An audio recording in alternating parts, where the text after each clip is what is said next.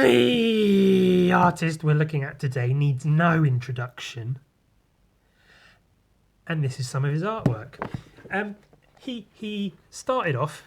Well, I don't really know much about the guy. We'll see how much I do know or don't know.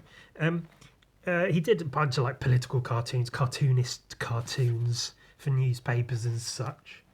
And then at one point he pitched a bunch of his own strips. A bunch of those were declined. One of them was accepted, which became Calvin and Hobbes. Obviously, he's done artwork outside of Calvin and Hobbes, but this is what he's most known for. Which stands to reason, because it's the fucking best comic strip ever. Over 3,000 strips, I believe. And it's just fucking fantastic. It's funny, it's interesting, it's insightful, it's witty, it's adventurous, it's highly addicting or addictive to read.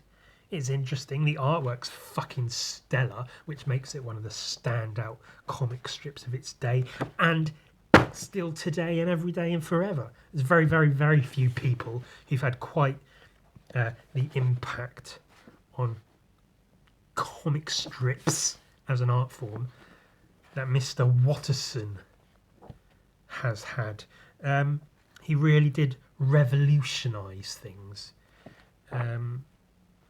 You know, for the most part, comic strips are pretty standard fare. You know, 4 panels, and I believe. Pardon me. Mr. Watterson did at some point state that he was very sort of, I don't want to say bored, but whatever he was, he unenthused by how a lot of comic strips could get away with having the exact same artwork in each panel, strip after strip after strip, of just 2 talking heads and a few bubbles, and that's it. There is a strip. I don't know. I've managed to amass all of the books available, apart from, you know, the big leather-bound ones or whatever. All the collections, I've got them all. I fucking found them all. It took a few years, but I got all the collections because they're that fucking good. I actually sought them out. Oh, he's making little snowmen. Oh, cute, tiny. Look how happy he is with his little snowmen. Oh, he's getting out. Oh, he's eating them because he's imagining in himself as a T-Rex, and he, you know, fucking whatever.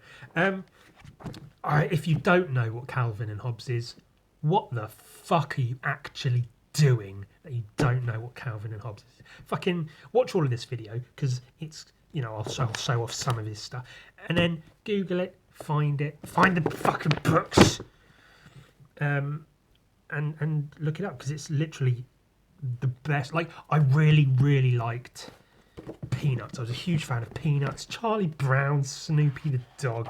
Good shit. Really, really did like that. Then, many moons later, I found Calvin and Hobbes. Quite by happenstance, I happened upon one of his books. This book, actually, was the first one I read. And I was quite literally blown away by how good it was, especially compared to, like, Peanuts is great for what it is, but then you read this and it's just like, what the fuck even is Peanuts? It's shit in comparison. You know, it's good, obviously. You know, Charles Schultz, yeah, great, but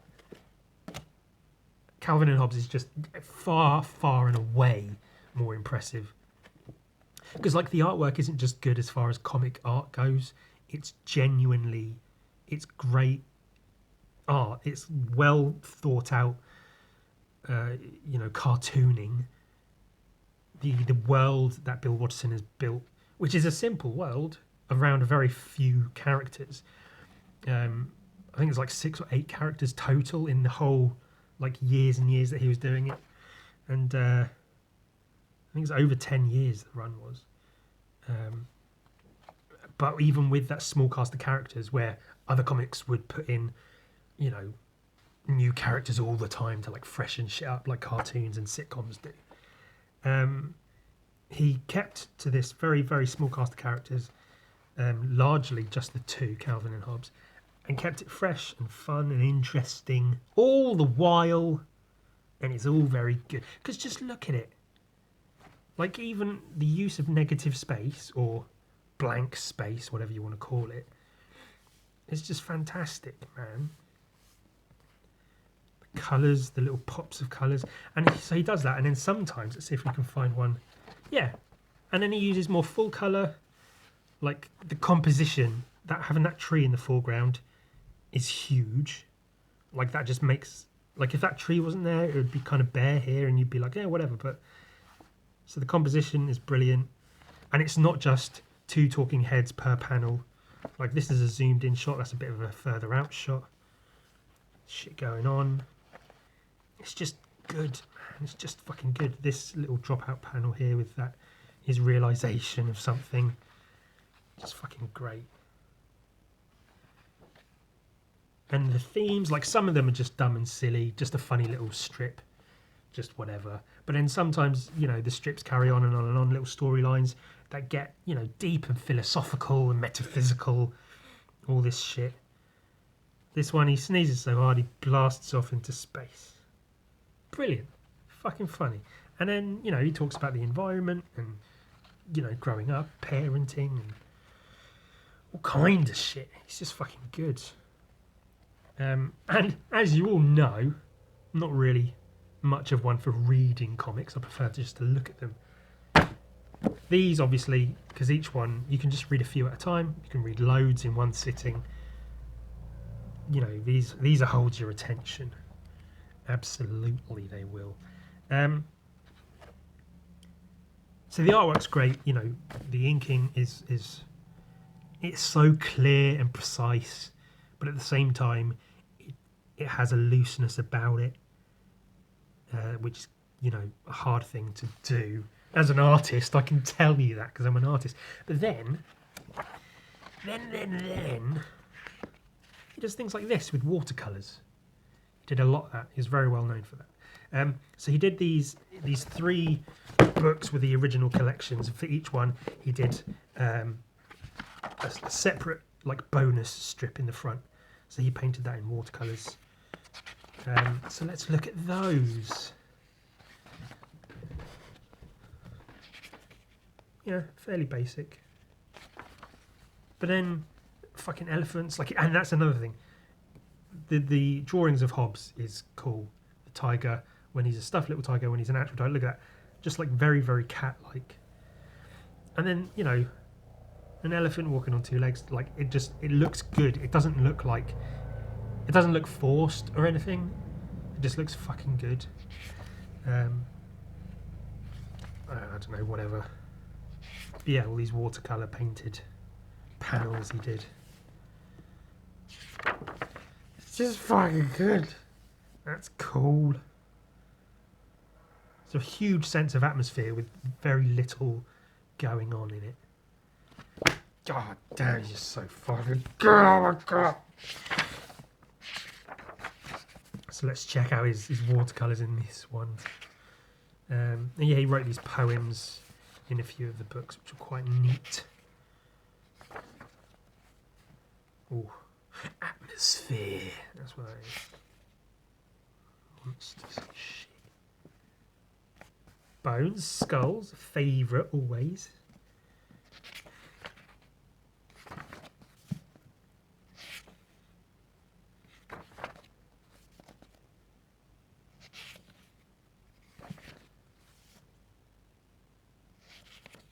Ooh, I believe that's the very first ever Calvin and Hobbes strip. We'll come to that later on. That's in the essential. We'll remember that one. And let's check out the water. Look at that.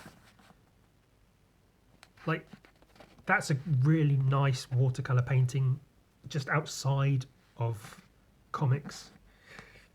But knowing that's, you know, done by a cartoonist, it's really, really fucking good.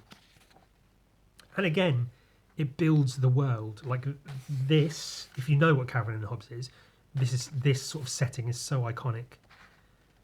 But even this one panel, this one page painting, really sets the tone of the world of Calvin and Hobbes, which is nice.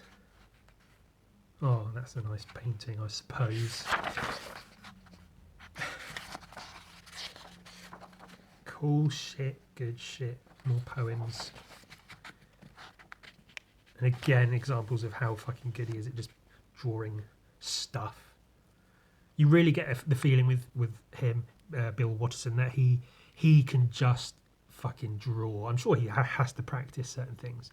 But when it comes to like a chicken, hippo, dinosaur skeleton, like everything looks good. Nothing looks like he's struggling to draw it. Oh, to take it together. He's just, I mean, not to sound too cliche, but he's quite the master of his craft, you could bloody say.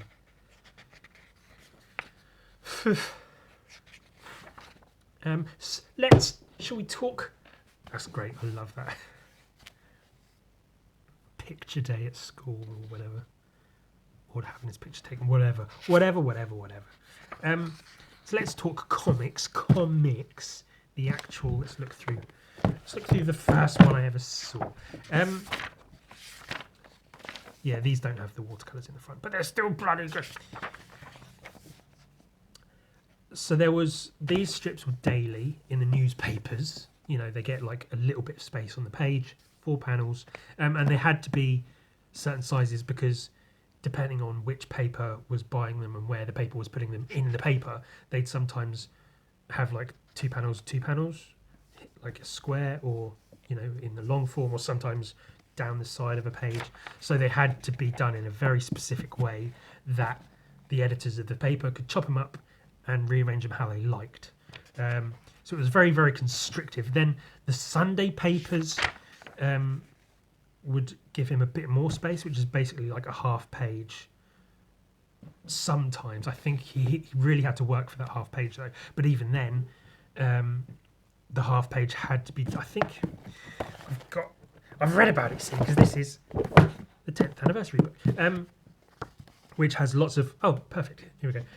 Lots of Bill Watterson talking about the creation of the strip, the world. Just, you know, loads of strips with little bits of text, little quotes from him talking about the individual strips and, you know, his thoughts on characters and creation and stuff.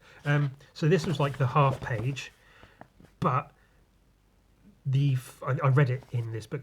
These first 2 panels had to be just like a throwaway joke that they could just chop off, so they could just have these 4 panels instead to conserve space. But even then, they might just rearrange them to fit better if they've got ads and other comics to go in a page. So you had to be so specific when making these comics that, you know, trying to really create something and, you know, have some sort of artistic flair or build a world, build a piece of artwork, you were sort of just squashed into these, you know, dumb restrictions and whatever. But I think it came to a point where Watterson was saying, just give me a half page and let me do whatever with it. And they said, ha, no, fuck you. Who do you think you are? So then he said, oh, I just won't do them then. And they were like, hang about. That's not necessarily a desirable outcome. He draws dinosaurs so fucking well. They're so impressive. I remember being blown away by these drawings. Just like, if you're into artwork of any kind, art, and you don't know Calvin and Hobbes, fucking look it up. If you're into comic books, as in, you know, like Marvel, DC, whatever, look at Calvin and Hobbes. If you're into comic strips, fucking look at Calvin and Hobbes. If you're into just drawing in general, drawing, inking, look at Calvin and Hobbes. Composition, how to lay shit out, how to build worlds, how to look at characters. Calvin and Hobbes is all of that. Literally, it encompasses so much in little comic strips daily. Brilliant. Fucking brilliant. So they said no to his request for more space. He said, "Well, fuck you, I won't do it then." And they were like, "Okay, you can have the space," which allowed him to do things like this. So they said, "Yes, you can have half the page to do whatever you want with." It lost a bunch of papers. A bunch of papers wouldn't carry the comic because they couldn't arrange it to fit in their page how they wanted, so they stopped having it. But Bill Watterson was never about the money, which is another point I'll get onto in a bit. But that allowed him to do stuff like this because they couldn't chop this up because it's very, very specific. But it's so specific to what he had in mind for building these worlds, these stories, these plot lines. And he really, really did play about with panels because, he has the daily sort of like, even with the dailies, he played about where he could, bigger panels, lack of panels, doing what he could. But then when it came to these half pages on the Sundays, he really, really sort of like went all out with it, which is very, very cool. Not that, obviously newspaper comics still exist, but they're such like a tiny little thing that, they're in like free papers on the subway. You pick them up, you maybe look at them and then chuck them to the side. No one really cares about them as such. They're not as big a deal. Even then, they weren't a big, big deal back then. But this is from the 80s, I believe, mid to late 80s is when this was around. But yeah, going from such a strict arrangement of panels to be able to do stuff like this. 2 huge panels with the inserts, a circular one with them. It's just so good, man. It's just so fucking good. The colours, he did all the colours himself. He was very specific about that. The newspapers could only print certain colours because of how they work. So I guess he'd have like a chart of colours allowed to be used. And he worked really, really well with what he had. Captured moods and seasons perfectly. It's just fucking great. It's fucking great. And again, use of white space because of snow, but then just enough detail. Oi, boy. There's another one. Let's get a fucking another one. The days are just packed. Even the names, they're all just like really nostalgic, just like childhood summer days names and stuff. I think this would be like the old style of the Sunday strips. And I noticed even before I was aware of it that like always, I thought it was kind of cool how always the top bit would be like its own joke. There's Venus, there's Mars, and there's Jupiter, and I'm stuck here. Great. That's its own joke. Within it is still within the theme of the whole comic, but it's its own little bit. And then you have the main portion of the strip, which means in a way you've got to write, 2 strips kind of in a way, but integrate them because that might just be cut out completely. So I was aware of that. I was like, oh, that's kind of cool. They're like, it's like a sitcom has an A plot and a B plot. That's like the B plot and this is the A plot. Like it works. It's cool. But then I found out why that had happened and I was like, oh shit, okay. But then again, Bill Watterson did very, very well with that. He didn't let it restrict him too much. He did good shit with it. Or something. Just good drawings and shit. Look at that. A cat being a cat. Fucking cats. Yeah. So he was never really interested in the money as much as he just wanted to do comics and, make a living, obviously, but it wasn't important to him about having his comic everywhere. And also, he fought, largely probably to his own detriment. That's really cool. Building a snowman, but it's fucking giant. It's very, very cool. He fought with... what do they call them? The syndicates that buy comic strips that would then sell them to newspapers, because they all wanted to make merchandise of Calvin and Hobbes, dolls and cups and clocks. If you look at Garfield, if you Google Garfield stuff, literally everything, every product you can think of has Garfield's face on it, or even, Charlie Brown and Snoopy. But there are no official Calvin and Hobbes merchandise. There's none. No dolls, T-shirts, anything. None of that officially exists. People make their own, and whatever. That's a good one. A T-Rexosaur. Rawr.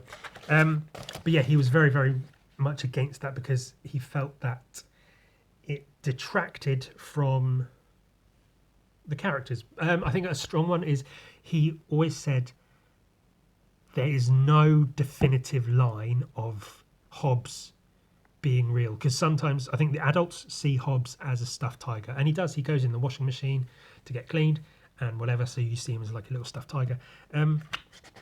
But to Calvin, he's a real, actual living creature who does shit. So he shows those two sides of Hobbes in the comic, but it is never explicitly said Calvin's imagining it. He's saying the reality is, for Calvin, he's this tiger, this friend, this creature, but for the adults and everyone else in his life, he's a stuffed tiger, just a stuffed animal. But then if you make a stuffed toy of him, it sort of leans towards, oh, he's just a stuffed toy. So that's one of the reasons he didn't want merchandise to exist, because it pins it down into this one certain thing. And also money. Like, it's not about money. It's about good product, yeah? It's not about fucking money. It's about making some good fucking shit. The relationship between Calvin and his parents is a brilliant one. Some strips have no Calvin and no Hobbes, just his parents. There's other characters that are there sometimes and not Calvin and Hobbes. And it's all just fucking great, man. It's all just good shit. Good, wholesome, good. I'm a piece of shit, obviously. I'm vile and disgusting. And, I should probably be on at least a couple of watch lists for a couple of reasons. But even I love this shit, partly for how wholesome it is. It's, it's good, clean fun for the whole family. Like, you could buy this book for anyone and they're probably going to like it. Any Christian family member would be like, oh, that's sweet. Any fucking, I don't know, metalhead drug abuser would probably like it. Because Bill Watterson was quite rebellious for what he is. I don't know if you've seen what the guy looks like. He looks very similar to Calvin's dad, but with a mustache. So yeah, he's quite a conservative looking guy, but again, very rebellious in terms of sticking it to the man and not backing down from his beliefs and not wanting shit to be commodified.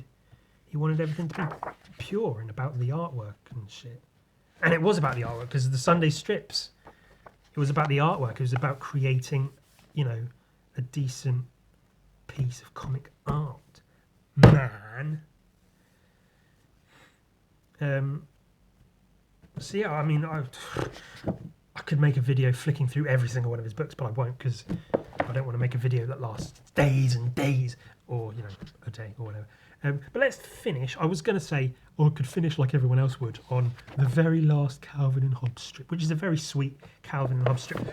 What I will do is I'll finish by finding... Okay, so that's the very last strip. And that's the very first... Not that, but fucking wherever it is. The very first Calvin and Hobbes strip. So you can see the difference. It's a lot more sort of like... I don't want to say more cartoony, because it's not necessarily that, but you can see a difference in the two. He had sort of, as you're doing a comic, even from the first page to the last page, you're still building the characters and working on them. They change and evolve as you draw them from page to page to page. So doing it over 10 years, you know, he had the basics down, little boy and his tiger, but he really sort of like had him by the balls. I don't want to say that because he's a child, but you know what I mean. And that's been the art of Bill Watterson. Like I say, if you don't know the guy, fucking look him up. But if you do, I'm sure you'll appreciate he's just about the best that done it.